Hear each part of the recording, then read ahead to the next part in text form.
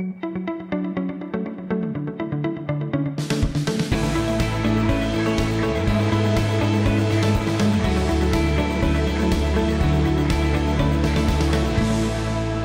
constables are integral to policing in the UK, and here at Warwickshire Police and West Mercia Police we're committed to recruiting, training and supporting special constables within our forces.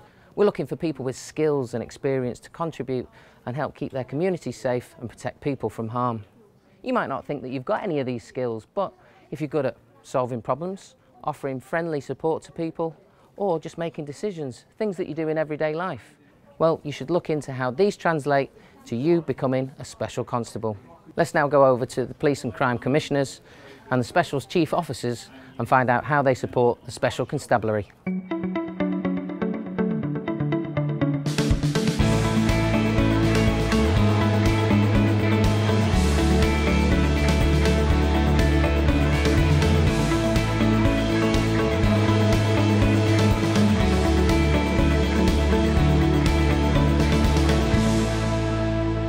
As the Police and Crime Commissioner for Warwickshire, one of my roles is to allocate the budget. From my very early days, I've made it clear that I wanted to increase the number of special constables in Warwickshire. One of the reasons I'm so keen on special constables is I think volunteering is a measure of the health of a society, and there could be no better example of extreme volunteering in many ways than special constables. I'm hugely impressed by the work that our special constables do. When you look at the work regular police officers do, it's an incredibly challenging role. And as far as the specials are concerned, not only are they doing that, they're adding that into their normal everyday lives as well. If you're watching this film, you clearly are interested. Later in the film, you're going to be hearing from some people actually doing the job as special constables. So at the end of that, just ask yourself the question, am I special enough to be a special for Warwickshire Police? Warwickshire Police are committed to increasing the number of specials up to roughly 400. We're doing a lot of recruiting, and of course we're welcoming any members of the public who would like to come and join us to come along. The special unique role is that really they're all members of the public but also going to be wanted police officers. So they sit on two sides of the fence, which is a good thing because you can see what also the public's reaction is to the police service, as well as being a police officer themselves. What you get back being a special is you get, first of all, you make a lot of new friends and you learn a lot of new skills with the training. Skills which probably could be useful in your own jobs. We have various opportunities, we have various courses that people can go on for, like I would say, cycle courses, standard driving courses, also get involved in major operations like global gathering, and also there's always the opportunity for promotion. And when you have finished and completed your training and become independent, you'll then be attached to a safer neighbourhood team. Well, we try to attach officers to an SNT near to where they live. If they're not happy with that, we can accommodate that. So we are flexible there. We actually self-task now. So you can go on duty, see what's required to do and get on with the job yourself. You don't have to be with a regular officer once you become independent. Types of job that specials get involved with could be domestics, road traffic accidents, any type of job that a regular officer would get involved with. And it's like everything else, the more you put into it, the more you get out of it. Hello, my name is Barry Sheldon. I'm the Deputy Police and Crime Commissioner for West Mercia Police. Bill was elected back in November 2012, and one of our first tasks was to write a police and crime plan for West Mercia. From the outset, both Bill and I believed that community policing was very important for the people of West Mercia.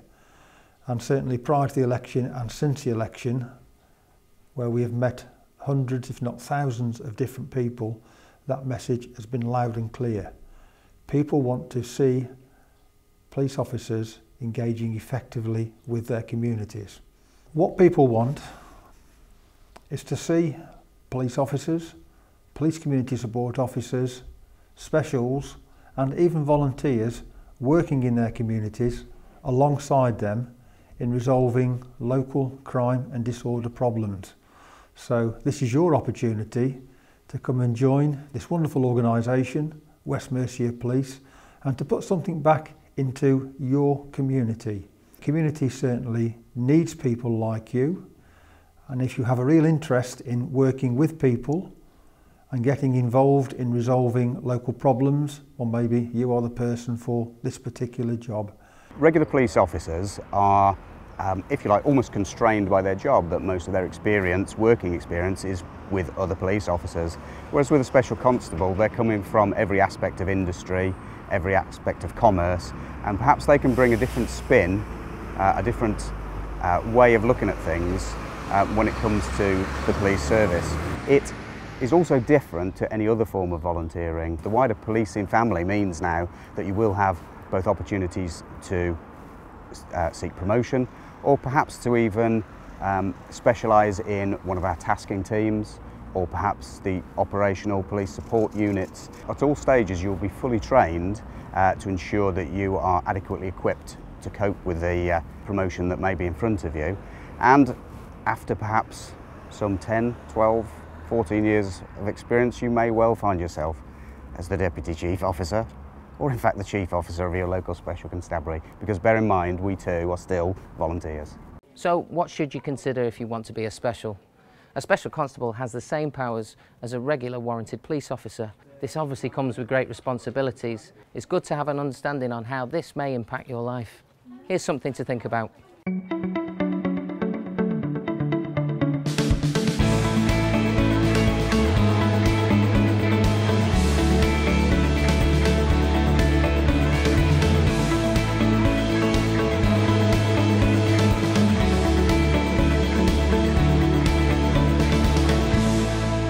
I'm Jill Christie. I'm the People Development Business Partner for Warwickshire Police and West Mercia Police. The recruitment process is a national process. The standards that the candidates have to meet are the same in many cases as that would be required of someone applying to become a regular police officer. From submitting your application to taking up your training can take up to 12 months. You must be 18 years old, you must be a resident of the UK or the European Union, or have leave to remain in the UK without restrictions. There are some occupations which will disbar you from becoming a special constable. For example, you can't be a judge or a magistrate, you can't be a traffic warden, and you can't be a member of the armed forces. There are other occupations which would preclude you from becoming a special, but those are listed on the College of Policing website.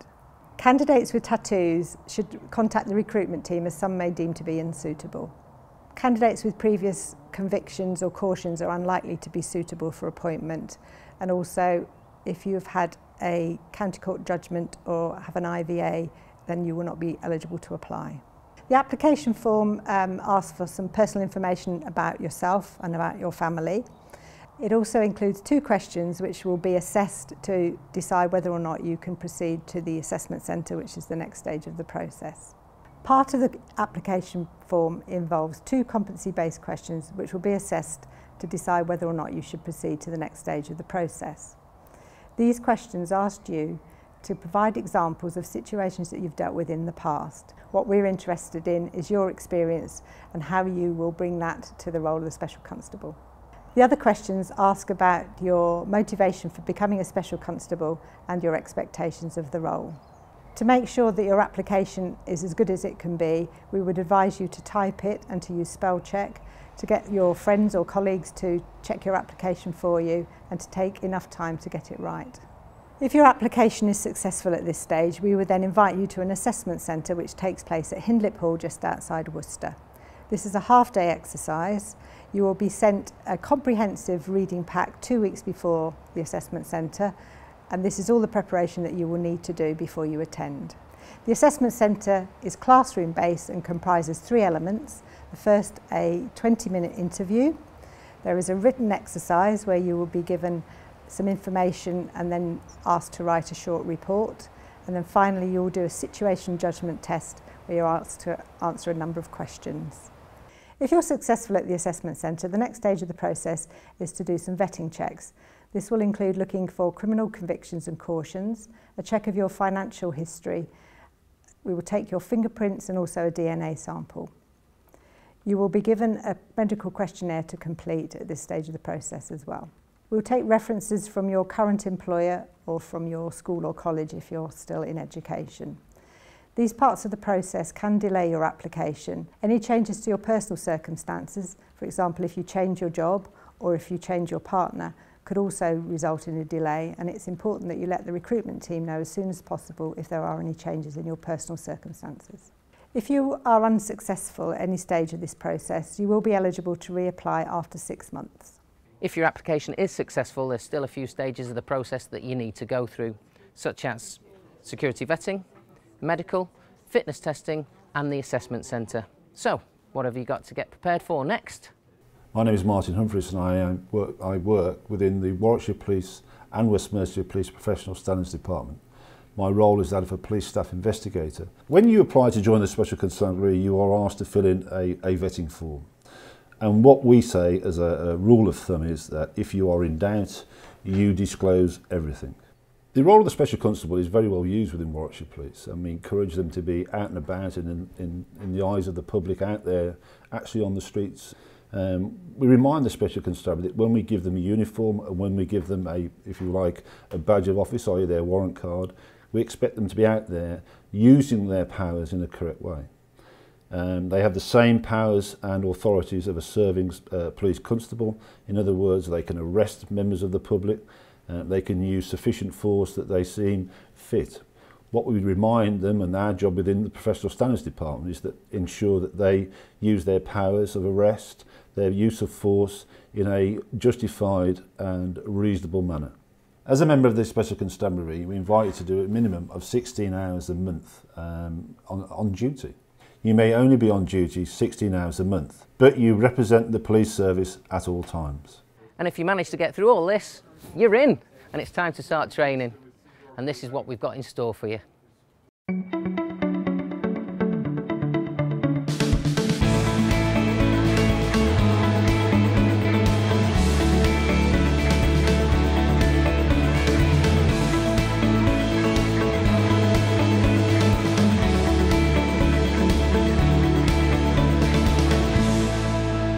I'm Stuart Bosworth and I am the team leader for the policing skills team for Warwickshire Police and West Mercia Police. The first thing that specials can expect when they join, we will invite them in and we will ask them to bring family or friends or loved ones to come for a pre-induction. We'll perhaps advise some of them about that they may need to have a shave when they come back on the course or tidy their hair up.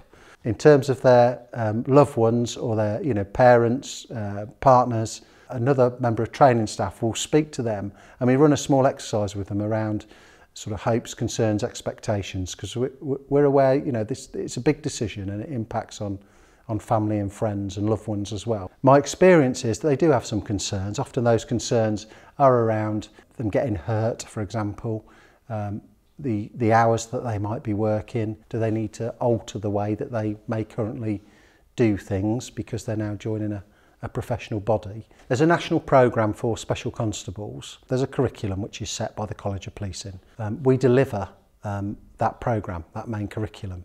It consists of approximately 200 hours of training. Now the way that we deliver that is that we've got 3 delivery hubs in Warwickshire Police and West Mercia Police. Those 200 hours consist of a series of evenings and weekends. At the moment we do 20 evenings and 8 weekends, and on all of those days you can expect around 6 hours contact time with the training staff. There's law input around some of the offences that they will deal with, so around theft and burglary, criminal damage. They'll be introduced to some of the personal protective equipment that we have to wear, so baton, handcuffs, parva spray, body armour, and they will go through some of the techniques and tactics that we use. They will also do a first aid qualification, which is recognised outside of the police service, so they'll get a national qualification in terms of first aid, and they will also get some IT-based training around our systems. In terms of fitness, there is a minimum standard. We run a current fitness test to this minimum national standard, which is based on a bleep test. They're currently 15 metres apart and they reach a level which equates to around 4 minutes running time. We will always try and use our mouths because that is without doubt the best tool we have. But if it resorts to physical force or the use of physical force, it will always be at the minimum level. But a degree of physical fitness clearly is important. How they're assessed is through a process of knowledge checks, which will take the form of exams. We also run practical scenarios with them. We utilise some of the local further education colleges in the area. We are flexible in terms of the programme, however they must complete the programme. So we appreciate it's a huge commitment for people, and if somebody can't make one evening, for example, often we may be running other intakes. So we may have an overlap of intakes, or we may have an intake in a month's time. So we can often negotiate around the dates. What's important is that they complete the course. In terms of the length of training, the evening sessions generally run for 3 to 4 hours of an evening. So we tend to run our sessions from 7 o'clock till 10 p.m. At the end of the course, the last weekend, and they actually spend the whole weekend with us, and they do a whole day of scenarios. Not everybody does pass. We don't compromise on the standard because ultimately we need to clearly reassure the public what we're turning out are people that have got the skills that we want to represent Warwickshire Police and West Mercia Police. At the end of the evenings and weekend, we run an attestation process where their family and friends can come and see them take an oath in front of a magistrate, because they will have the same powers as I've got, as any police officer will have. It's a formal process, but we make it very, very family orientated. So the total time from recruitment to attestation to them actually passing out is around 6 months. Throughout the training programme, if specials will be reimbursed in terms of their travelling costs to and from the training hubs where the training is delivered. In order to achieve independent patrol, the special, once they've completed their 20 evenings and 8 weekends and they've been attested, they will then be allocated to a patrol team. Throughout that period of time, they will complete a portfolio. The portfolio describes a number of activities which are national occupational standards. If they demonstrate those skills, then they will be recorded in the portfolio. Once the portfolio is complete, it's signed off by the patrol sergeant, and once that's taken place, that special then becomes independent, i.e. they can work without a coach or a mentor. Clearly a huge commitment for people to volunteer and come and join our organisation. A commitment to us and a commitment to the community. It is a two-way thing. We return that commitment by committing to the officers in terms of the training that we give them. You know, we give them a uniform which is effectively funded by the community, by the public. They will learn key skills around negotiation, providing support for often the most vulnerable in our society. The training is very much focused on the code of ethics, on behaviours, and ultimately service to the public, because that's what we're here for. And after all that, that's it. You're out there with the public, dealing with all sorts of incidents as they happen. But what's it like doing the job? Well, I'm going to speak with a group of specials now and let them share their experiences with you.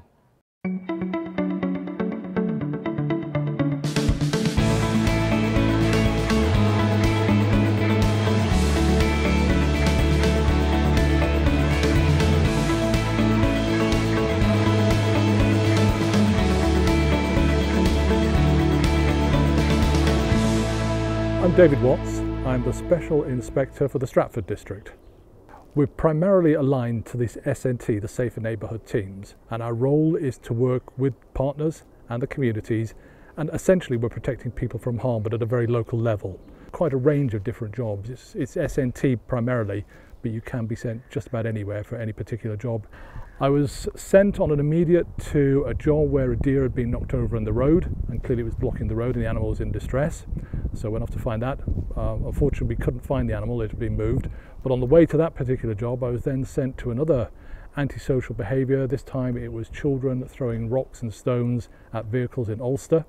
I went up to deal with that, and then from there I was sent to an immediate where a woman had cut her wrists and was attempting to commit suicide, and the paramedic needed support to go in. So I was asked to support the paramedic and deal with the woman with the knife. We get involved in a number of large operations. Global Gathering is the largest one we do, where the specials will support the regulars in dealing with principally drug searches for the festival goers. The relationship I found with regulars is very good. In all the years I've been doing this, for 8 or 9 years now, there's not been one instance where I've had any difficulty with regulars. We are supported fully. Now, of course, it's a quid pro quo, because when we go to jobs, they expect us to do it professionally and they expect it to do as well. And the way that we're trained, we can do exactly that. But given that, and given that we can offer that sort of support, they welcome us with open arms. I joined the specials because I wanted a challenge. At the time, the job I had, I could do it with my eyes closed and my hands behind my back. I wasn't getting the challenge out of it. I wanted to do something that would give me the physical challenge, and this does, and I wanted something that would give me the intellectual challenge, and this does, by dint of the training, by dint of the things that we're asked to do.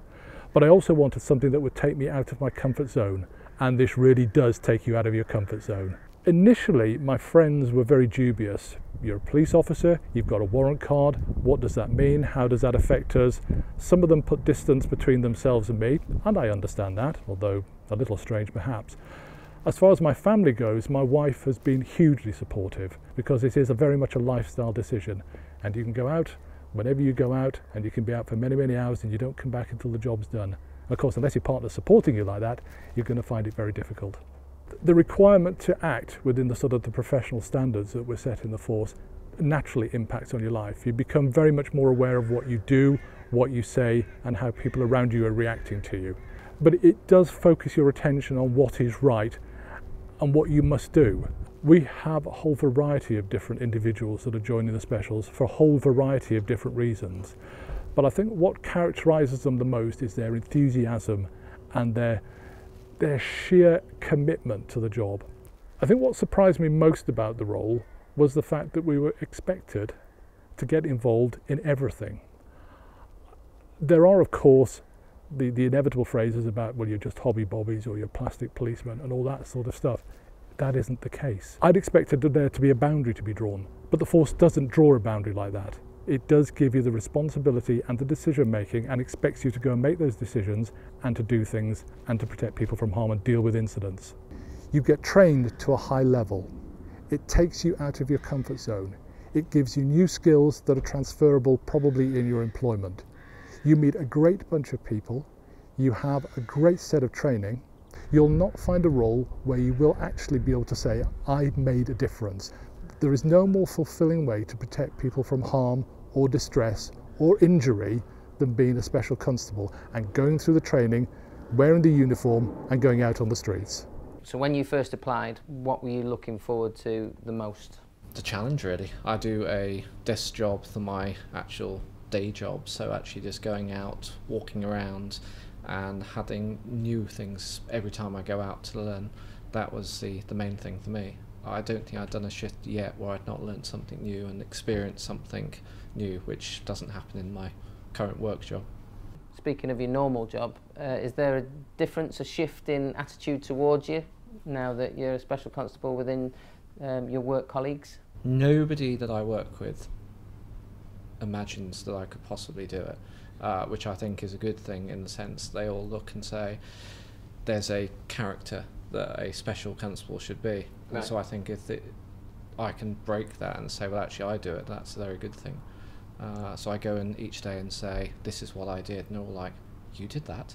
And it's like, yes, if I can do it, other people can do it. So from putting your application in, assessment fitness, getting the nod, you've got the position, to now, how long's that? So it's about 5 months. So with the training within that, is that regimented? You could have 2 evenings during the week and then the weekend off, or you could have no lessons in the week and do the weekend. And you found it quite easily to cope with. It is hard work. It is a lot of commitment. 2 nights out of the week, just for a day's work. Tea, and straight back out again. But it's because you want to do it that keeps you going. Clearly, becoming a special constable is a massive undertaking because of the responsibilities and power that you have. It's a choice that would impact on your life. Have you had any kind of negative senses of that? Certainly, it's a way of life. It's not just something that you pick up and put down. We said we were 16 hours a month, but technically you're never off duty. You could be out and see a fight in the street, and it's your moral obligation to do something, whether it pick up a phone and ring 999, as any member of the public would, or put yourself actively on duty. I mean, you've got to be aware of your safety procedures if you're going to do something like that. I mean, for me personally, there have been friends that have taken various different paths, and paths that possibly, well, they definitely did clash with my path. It's been difficult. You sort of evaluate as to why you're friends in the first place. It's a very real issue that you have to deal with, real life. It's a real decision, and people you might have grown up with or known for a long time, when you make a decision like this, it sometimes doesn't go hand in hand with how they operate their lives, and those relationships change, and you might lose relationships, but again, you've got to be really committed to what you're doing, and when you do the job, you feel committed, you know you're doing the right thing, and you evaluate those relationships and move forward or move away. Everyone that's sat here, no regrets? You might lose a couple of friends, but you certainly make a whole lot more than you do than you lose. What do your friends and family think of you becoming a special constable? They were used to coming round and seeing me on the dining room table with loads of books and papers, studying hard. And if I was struggling with questions, I'd ask them, and they'd try and find out the answers, sort of thing. But I would also keep going to the regulars and asking them. Yeah. What's this? What do I do for this? How does this work? And just before the end of training, they'd see me coming, and then they'd say, "Oh, I've got a dash." But everyone, luckily, my support network has really praised me and cheered me on. Good stuff. Ross, obviously 4 years you've made it. Clearly, it's worked for you. Your employer, what was their initial reaction, and were they quite flexible and helpful with it? Yeah, they've been quite flexible with sort of my hours and working around training and everything else like that. And yeah, they've been very supportive, and they're very happy I'm a special. I think it gives me some experiences that I can apply to sort of, my work role as well. So the whole process, once you are confirmed, is quite long, obviously, with the application, the thought that you have to put through it. Yeah. Then there's the assessment day. I'm not going to say it's easy, it is tough. There's a lot of time constraints put on different parts of the exams and the tests you have to do. There's an interview stage where, again, it's timed, so you've got to think again very, very fast on your feet with the questions they're putting towards you. And then after an assessment centre, you've got fitness tests. Is that right, Raj? It was quite daunting. Right? It's always drummed up. You're doing this. You're gonna try different martial arts moves, and you're gonna have to run a lot. So the anticipation of it was actually a lot worse than it was. It ended up being a lot of fun. The way they do it is they do test your fitness so that you're safe, and you're safe out in the field, and you can look after yourself and run if you need to. So how much prep do you think with the assessment centre and the fitness would you do before actually going? If you want to be a police officer, you have to look after your fitness. You have to look after your body and do some exercise, be aware of your strength. You should be able to run a bit for like 5 minutes or so, 10 minutes without getting out of breath. You should be able to lift some weights, just so you know you're safe yourself, and then you'll be fine in the assessment centres. The learning process that you all go through, would you say that there's anything to be scared of in terms of that? Not at all. I mean, it's a lot of work to go through it, but it's small chunks on a regular basis, and it's a case of learning something, going through it, refreshing it, coming back to it, and it's really broken down into small parts. So no, I mean, it's always an ongoing thing. You can be in the job for quite a few years and still learn something new. Yeah. So the start is getting you into the basics and things, and then of course you got that final assessment centre when you learn a bit more and start putting it into practice. Are those the days then, Raj, that it kind of clicks into place where you kind of go, ah, that's what that was about? Yeah, I think most people have their sort of light bulb moment during those assessment days, and it's fascinating because you're going through these scenarios and then all of a sudden in the back of your mind you remember, there was a law for that, there's a procedure for this. It is a type of thing that you'll be dealing with out on duty. So yeah, during those assessment centres, you're there, you're finally getting to use a radio, you're there with a team, you've got a real life situation that you need to deal with, and it all comes together then, and classroom becomes real life. Everyone's completely different backgrounds, but all drawn in on the same thing, where you'd say basically paying back to the community was your one aim? Being able to help people and do different tasks that we'd never have a chance to do before. I've been able to work with response teams, dog handlers, do all kinds of different things that I never imagined I'd be able to do as a special. I just love the satisfaction feeling of knowing that I'm going to help someone, knowing that I'm doing my bit to make a difference. It's just a big extended family who welcome you with open arms, and they make you feel welcome, they look after you. You always know somebody's watching your back as you're watching theirs. So I'm very happy to be in this new family. Put the uniform on, come out on duty, get to see people that I'm building relationships with, and get to go out and carry on. Doing some community service. It is a lot of fun, and you do see a lot of things. So for me, it's just growing that experience and confidence out there. For anyone who's swaying, do I, don't I, what's your words of advice and top tips? I'd say take the challenge and just go for it. It really is worth it, and if you're thinking about doing it and the do I, don't I, try it and see. It really opened my eyes and has been such a lot of fun. So if you're thinking about doing it, take that bold step, jump, and you won't regret it. We followed a few specials through their days to see how they fit in being a special around their normal activities.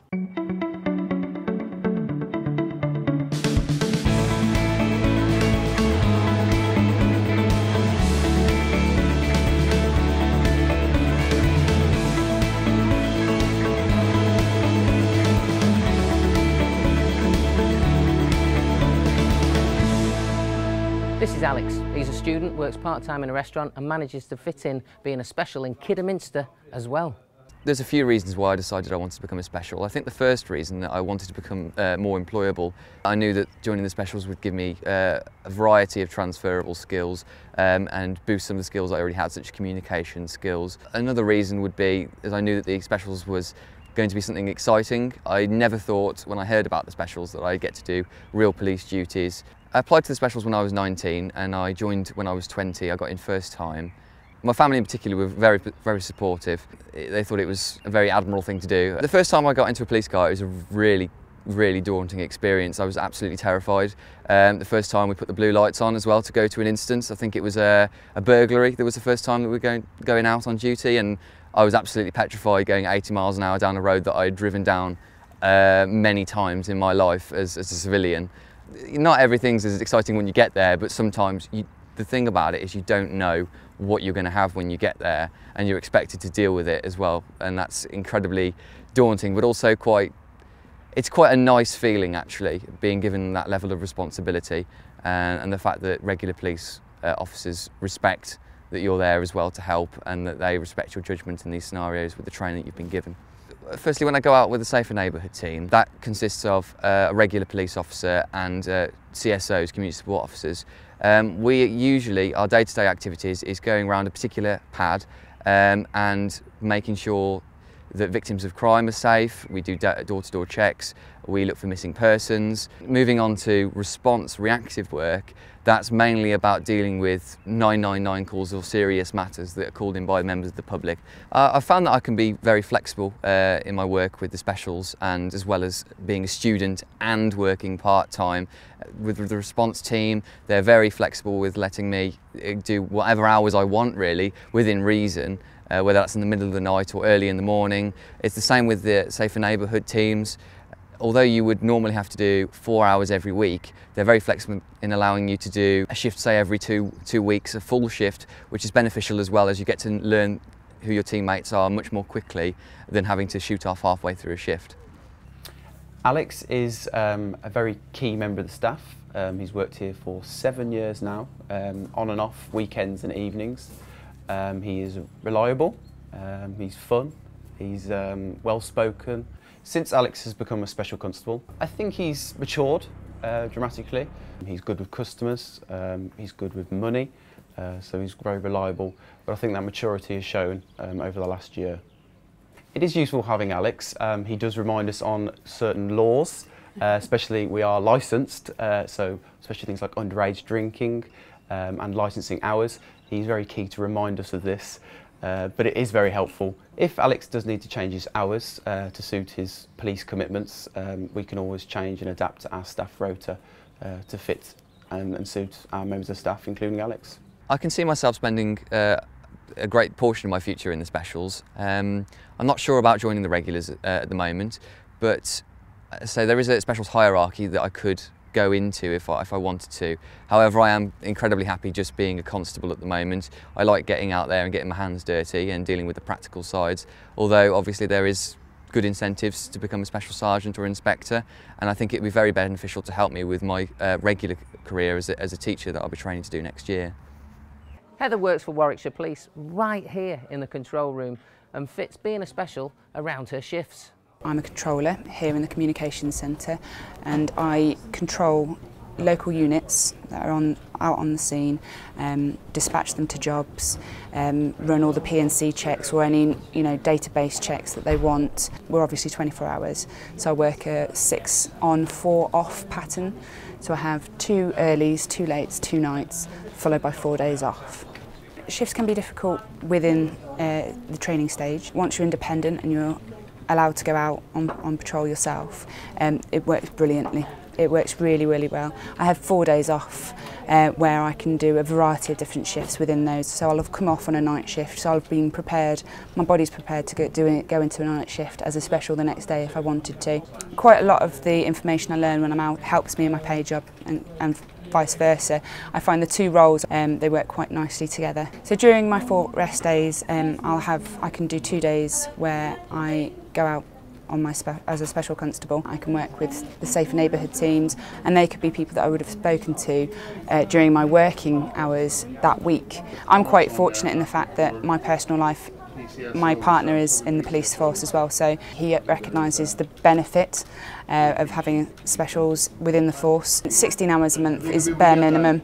I average about 25 hours, as most specials do tend to. I started work for Warwickshire Police in the communication centre 6 years ago over as a call handler. Progressed over to this controlling side. Within that I saw how useful special constables are and how much they are a valued resource, and hence why I joined myself. My work colleagues are very supportive in my role as a special, whether it be over the air when I'm actually out on patrol. They certainly know my voice, they certainly know how much I can do, and they trust me. Advice I would give to someone about joining the specials is quite simple. It's just do it. It gives a lot back to the community. It's good for your soul to give volunteer work, I feel. It's a very positive role that we play as a special constable. It's definitely just get on and do it. So if this film has inspired you and you believe that you've got the skills to keep your community safe, then find out more at specialswanted.co.uk. Good luck to you.